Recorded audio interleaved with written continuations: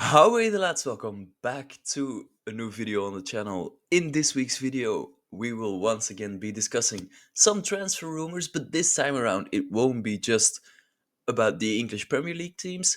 It will be about every, as of this date, which is the 7th of July 2025, as of today, every confirmed UEFA Champions League opponent of Newcastle, including Newcastle United themselves, that's 29 clubs, all 29 clubs, their most recent transfer rumors with some of these clubs, mainly the English sides.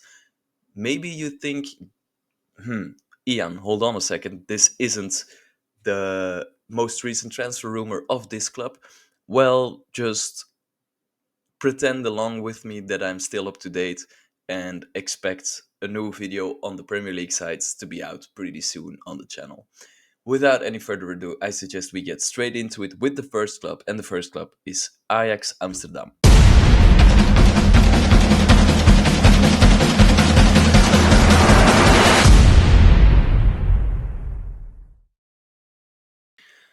Ajax have been linked with Dortmund's Gio Reyna. Obviously, Sunderland born, this is an English lad, but he supposedly is off to the Netherlands. And listen, when he broke through at Dortmund, I think everybody expected massive things of him.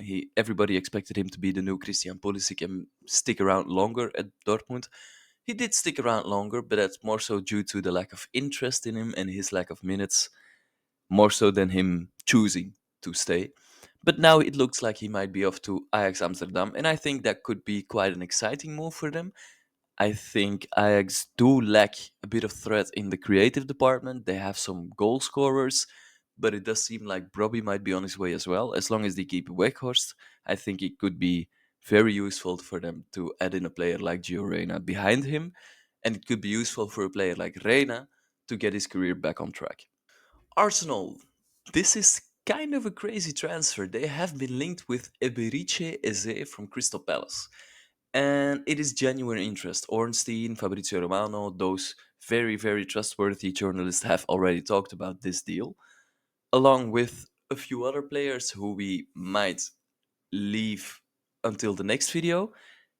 As for Eberiche Eze, I think he would be great for Arsenal. He's absolutely in his prime at this point in his career.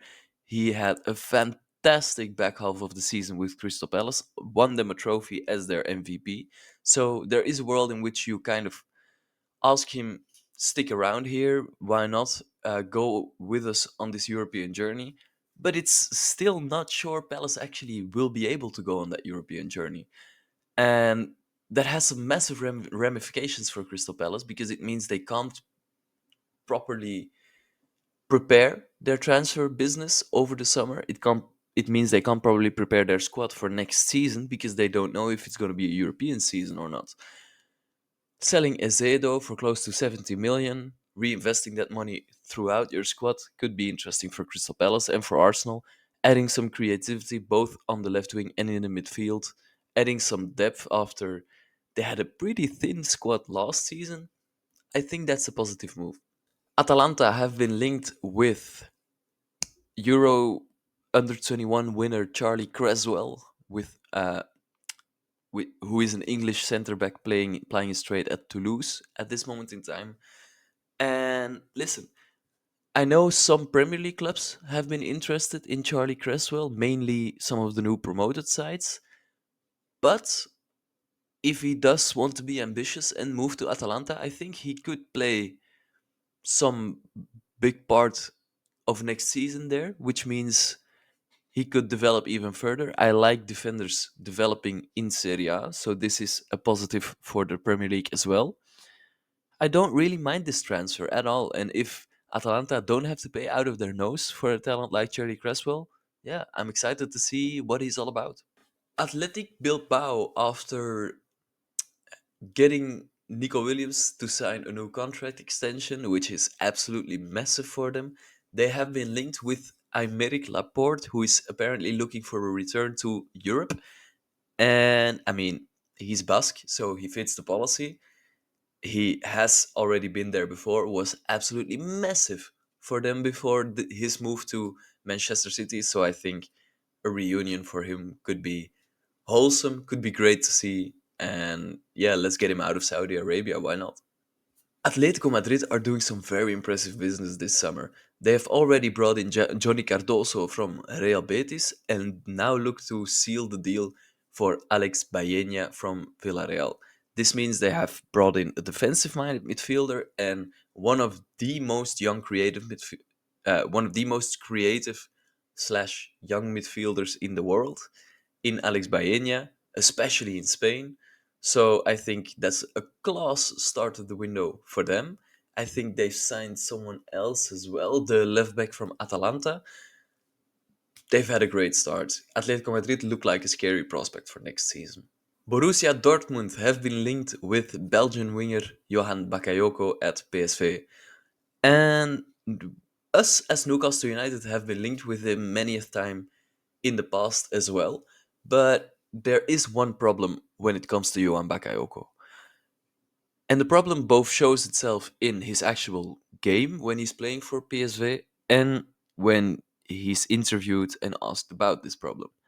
It's the fact that he is not willing to put in the defensive yards. He doesn't press, he doesn't run back, he doesn't commit into challenges. And he's been asked about that in the Belgian media.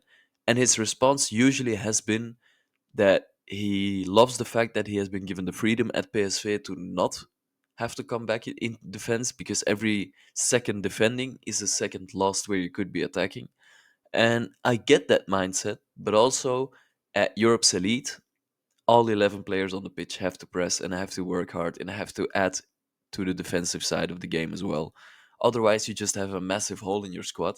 And that's why I believe Newcastle won't go for someone like Johan Bakayoko. As for the Borussia Dortmund, who are one of the most dominant sides in the Bundesliga, who have 55 to 60% of the ball, maybe a luxury player like him could work there. I mean, we've seen Sancho work at Borussia Dortmund, so why wouldn't he? But I'm afraid PSV would ask too much money from Borussia Dortmund, so I'm not really sure if I see this one happening. If it was to happen, though, I think it would be an okay move. Barcelona, as I've said before, they had been linked with Nico Williams. He has now signed a contract extension at Athletic Bilbao, so this one does not look like it is going to happen. And this is quite an embarrassing situation for Barcelona yet again, in my opinion, because apparently Nico Williams asked Barcelona, listen, I want to sign for you, but I only will do so if I get the absolute guarantee that I will be able to be registered. And only a couple of days later, the president of the La Liga, so not even Barcelona's president, the president of the whole competition, came out and said that Barcelona would not be able to register Nico Williams if they sign him this summer, meaning apparently heard enough and decided to just stay at his boyhood club, which is Bilbao. And honestly, I believe that's a choice that has to be applauded more. I know a lot of us wanted to see him at the biggest stage, wanted to see Barcelona with Williams and Yamal on both wings with Rafinha through the middle. But listen, so some things aren't meant to be, and for Williams to stay at his boyhood club, stay at such a special club like Bilbao, I think there's something beautiful in that as well. Bayern Munich are still working on the signing of Nico Voltemade or Nick Voltemade. This man, if it weren't for Harvey Elliott, if it weren't for England winning the under 21 Euros, if it would have been Germany instead winning it, he would have been player of the tournament. He is absolutely fantastic. He's 23 years old. He is massive, like 6'6", massive.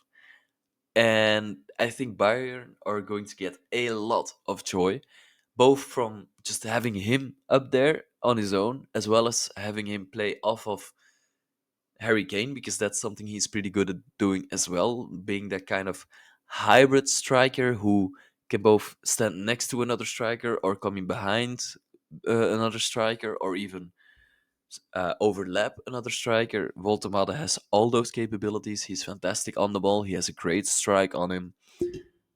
I think he's a fantastic transfer for Bayern Munich.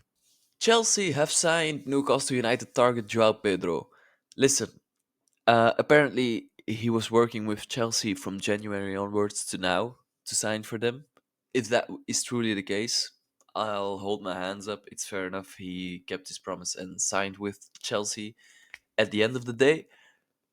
But when it comes to Joao Pedro, have fun being one of the 7 or 8 attacking options in your position at that club. I hope for you, you're going to have a lot of game time. I suspect someone like Nicholas Jackson will be sold by now because they've brought in the lab and they've brought in Joao Pedro and they've also brought in Estevao, who is predominantly a right winger but apparently can also play through the middle. Chelsea have again just gone into the double digits of attacking players, and you're just kind of left flustered and bamboozled about how they're going to manage this squad. But let's wait and see, am I right? Frankfurt have completed the signing or are completing the signing of Ritsu Doan from Freiburg. And he isn't exactly the youngest Japanese winger out there, or the youngest winger out there. He's a Japanese winger. But what he does offer you is unbelievable direct threat. He's one on one an absolute menace. He is great in finishing chances, setting up chances for his teammates. He's actually a way more complete and all round winger than a lot of people give him credit for. And for one Bundesliga side to pick him off of another one, I think it's a great signing for Eintracht Frankfurt. And I think he will add a lot to that attack. Galatasaray are trying to sign Hakan Çalhanoğlu from Inter Milan, and what a mess that situation at Inter Milan has become. Oh my god. After their exit from the Club World Cup, you saw Lautaro Martinez talk in front of the media about uh, the honor of playing for Inter Milan, and some players have to recognize that honor, and if they don't want to be there, they should pack up their things and leave. If they aren't willing to give everything for the club, they should pack up their things and leave, which is a fair argument to make, but also probably a bad time to do it. After this, Hakan Çalhanoğlu's wife went to Instagram, accusing Lautaro Martinez, attacking Lautaro Martinez. Hakan Çalhanoğlu then took to social media himself, dropping a statement about how he's always given everything for the club and he loves the club and the captain shouldn't speak out about him and this and that. That post has been liked by Marcus Thuram and Inzaghi, and it's become a whole deal at a very ugly end of the season for Inter Milan after what has been not necessarily a successful season, but one in which they have been competitive for quite a long time. This just screams of absolute amateurism. But as for Hakan Çalhanoğlu, it doesn't really seem like his situation at Inter Milan is salvageable at this point. So I mean, by all means, move to Galatasaray, come to Turkey, be an absolute cult hero for those fans, and win them another Turkish Super League title. Why not? Inter Milan themselves have completed the signing of Boni. Boni is a French young striker from Parma who has made a big impression, shall we say, after Parma's promotion this season into the Serie A. Inter have been following him a long time and now have got their men over the line. The one question you do have to ask yourself after signing him is what happens to Marcus Thuram and his future? Because as I said before, Marcus Thuram is one of the players who liked the post of Hakan Çalhanoğlu, whatever that means, however much value you put into that. I know it's a silly conversation to be talking about social media, but that is today's day and age, unfortunately. You also have to remember these are still young men. This is Marcus Thuram is a 25, 26-year-old guy.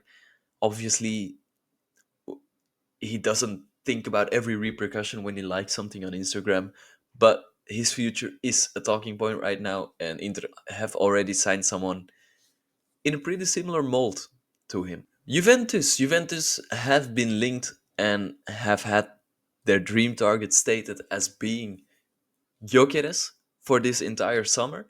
Hence why Gyökeres is the one still on my sheet. This sheet was developed before I started editing this video, unfortunately. But when it comes to Victor Gyökeres, he is most likely off to another club. And I'm not going to say a lot more on that. Most of you will already know, but for those of you who don't, check out the Magpie 24/7 channel over the course of this week because we will be talking about it a little more. As for who Juventus have signed, in the meantime, they have signed Jonathan David from Lille on a free transfer. And I must say, I really like this transfer. Jonathan David has scored goals in every season he's played professional football. You don't have to pay a transfer fee to sign him. I don't imagine his salary will be through the roof.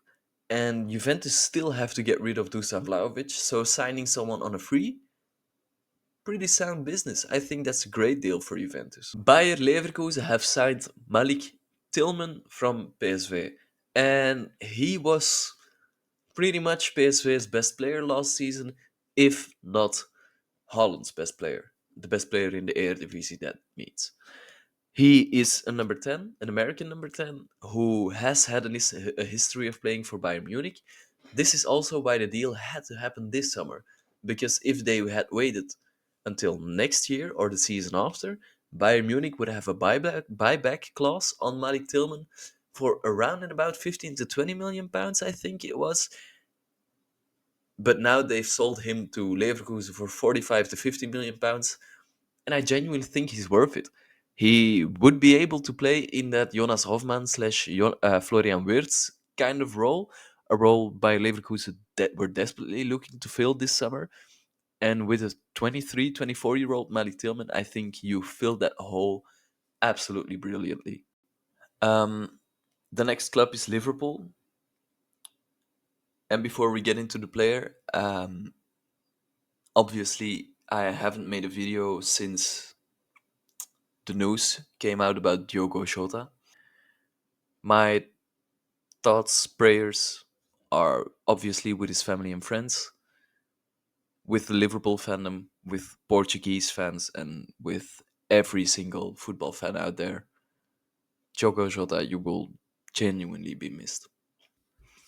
As it comes to Liverpool's transfer rumor, they had been linked with Mark Gehi. They have been linked with Mark Gehi for quite some time. I think he could be a good deal for them. He is a right-footed centre back who gives you the option to also cover the left-hand side. Honestly, at this point, I have no clue what Palace intend to ask for him, but it is something we will just have to wait and find out. Manchester City have been linked with Borussia Mönchengladbach's Rocco Ritz, and he has played for Germany at the under 21 Euros as well, has made quite an impression there as well, along with his teammates Nick Voltemade, obviously. But I don't really know why Manchester City would go for him. Obviously, he is young, but I do feel like they've strengthened the midfield department enough this summer to leave it as is. And I think if you were signing someone like Rocco Ritz, he would have to go out on loan straight away, which is something I don't really see Manchester City doing a lot. I mean, the only times I can really imagine them doing it was with Echiaveri and Julian Alvarez, which also wasn't really loaning out, it was signing ahead of time. So yeah, I don't really know what to make of it. Marseille is another one of those clubs who I've prepared before the Photoshop edit, that is obviously, and now they've signed a different player instead, and I'm left with egg on my face. Anyway, the player they were linked with, who I did use for this, was Jordan Henderson, and I think that would be such a strange transfer. But Marseille is one of the strangest teams in Europe, so maybe it does fit a little bit. But they've signed Facundo Medina, the Argentinian, and this is someone who came through at Lens. He is an Argentina international by now, and he's actually made quite a name for himself, especially in the Liga, meaning this is quite an exciting transfer if you are a fan of Marseille. especially given the fact you have now a full Argentinian backline or center back partnership for now, in between Medina and Balerdi. But obviously, Balerdi has been linked with some moves away as well this summer. AS Monaco, then, they are genuinely just playing career mode this summer. They have signed Ansu Fati from Barcelona, which is fine, but they've also brought back the legend himself, Paul Pogba. I am so happy he's back in football. I know it was a doping ban, meaning it was 100% justified. That the fact that he got banned, using illegal substances to enhance your performances just isn't something a professional sportsman or woman can get away with, in my opinion. So again, his ban was absolutely justified, but he served it. He's back, and I'm genuinely really excited to watch him play. Napoli is finalizing the deal for Noah Lang from PSV, and they have a clear vision on what Antonio Conte wants his team to look like next season. He wants two players in every single position who he can rotate between.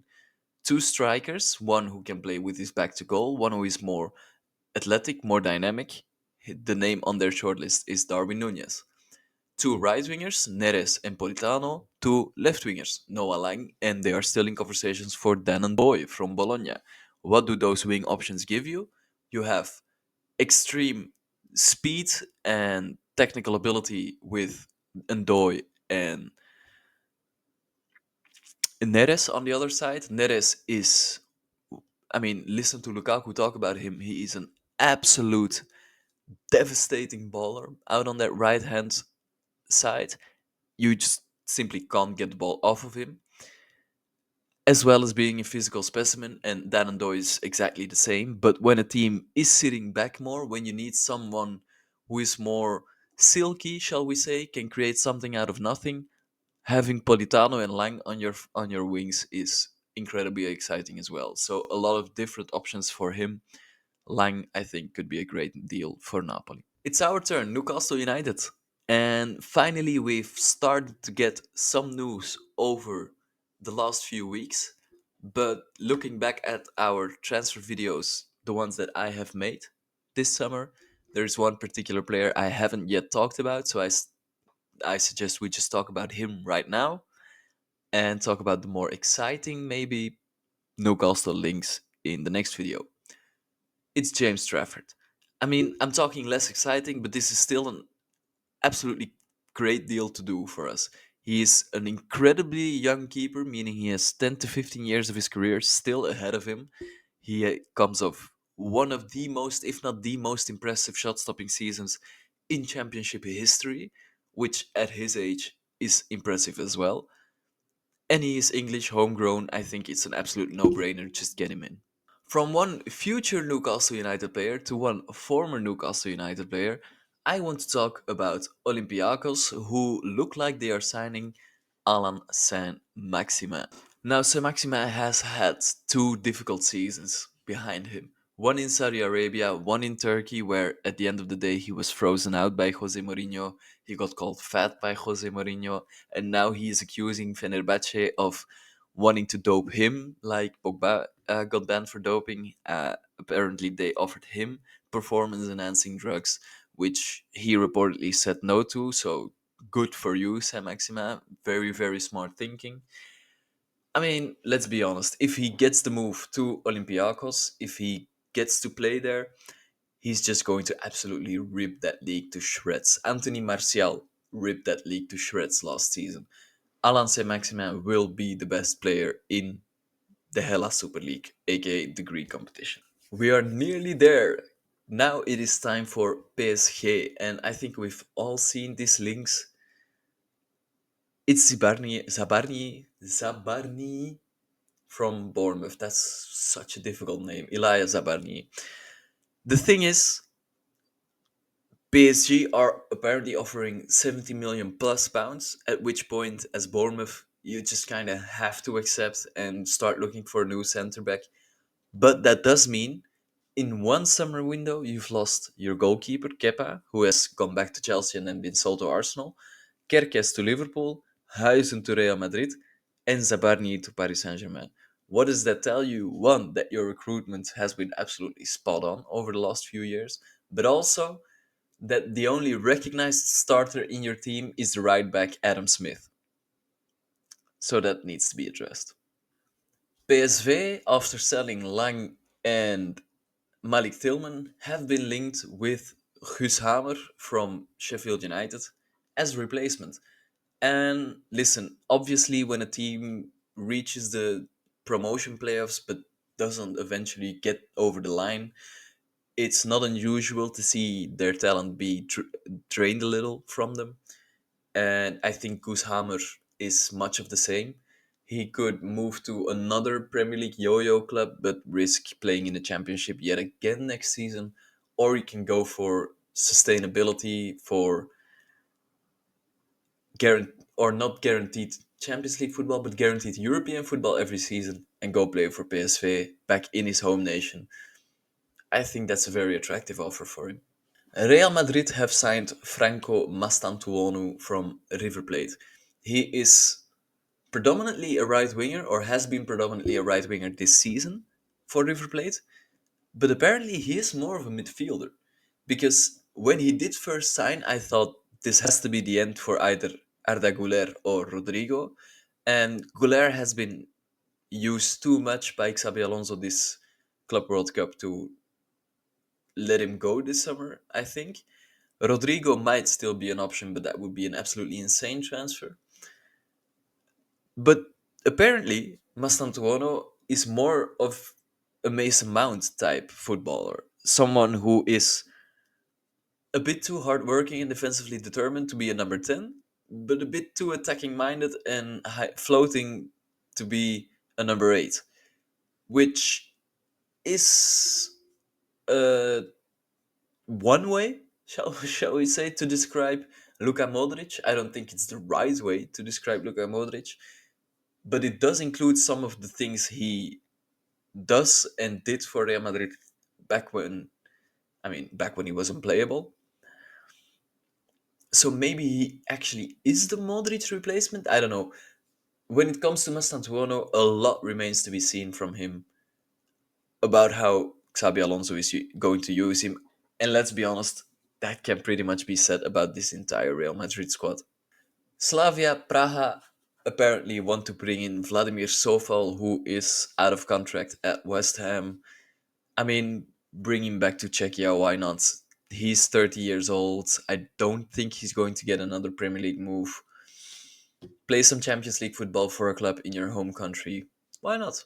Sporting Lisbon have been linked with Ivanovic from Union Saint-Gilloise, and they very much have to make sure they're not losing all of their players because Noah Sadiki has now gone to Sunderland, unfortunately.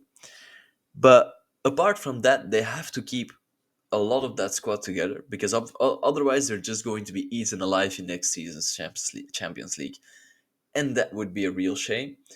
When it comes to Sporting Lisbon, however, I think this is a pretty great signing. You already have Harder there, who has played when Victor Gyökeres was rested or wasn't available. I think he will be the first choice striker next season, but that doesn't mean you don't need someone who either can play off of him or come off the bench or give him a rest, and that could be Ivanovic. Tottenham Hotspur. First of all, how is this a Champions League video and are we talking about Tottenham Hotspur? Second of all, they are linked with Mohamed Kudus. Apparently, they are the only one linked with Mohamed Kudus. And it is a weird one because he is coming off the back of a genuinely disappointing season. I think you can't help but state that. You have to be honest about that. But that also means West Ham fans are probably more okay with letting him go, meaning the West Ham board get to cash in on him and he will go for a lot of money. So we are genuinely talking about cashing in. But when it comes to Tottenham, I think someone like Thomas Frank could get a lot out of Mohamed Kudus because I think a lot of us forget how versatile this player actually is. He can play on the wing. He can play at striker. He can play at 10. He can play center mid. All of these positions he's played before at club level in his career. So I think this is quite an exciting transfer if you're a Tottenham fan. Our second to last club is Union Saint-Gillois, and they have signed Charleroi midfielder Adem Zorgan. For the people who don't watch the Belgian Pro League, which I think are nearly all of you out there watching this video right now, without getting into too much detail about the playoff system, the playoff system separates teams into groups of six. Charleroi won the second group, shall we say? So the second best group was won by Charleroi, and they had to face the fifth of the first group for European football. They won, so they are playing European football. So they are technically one of the five best sides in Belgium last season. Well, their star midfielder has now moved to Union Saint-Gillois, which is Adem Zorgan. And I think the best way to describe or compare Adem Zorgan to a different player would be to a Douglas Luiz type, someone who is incredibly comfortable with the ball at his feet, who can drive the ball out of dangerous areas, set up an attack with a marauding run forward. I think he will be a great addition for Union. I know he will be a great addition for Union. And last but not least, Villarreal have signed an absolute career mode and FM legend in Alberto Molero, a Spanish winger who played straight before the season for UD Las Palmas. And let's be honest, Las Palmas have a pretty okay track record of bringing through young Spanish talent. The only one I'm really thinking about right now is Pedri, but I mean, it's Pedri. Let's wait and see, but I think this is yet again an exciting transfer for Villarreal, meaning pretty much every team we will be facing in next season's Champions League is doing some exciting moves right now. Yeah, it's going to be an interesting campaign. Anyway, that was the end of the video. If you did go on to enjoy, make sure to leave a like down below. Leave a comment with your Champions League predictions, the transfer rumors I have missed out, and go to all of our socials, Magpie 24/7 on Instagram, Facebook, YouTube. You know the drill, and I'll see you at the next one. Ciao.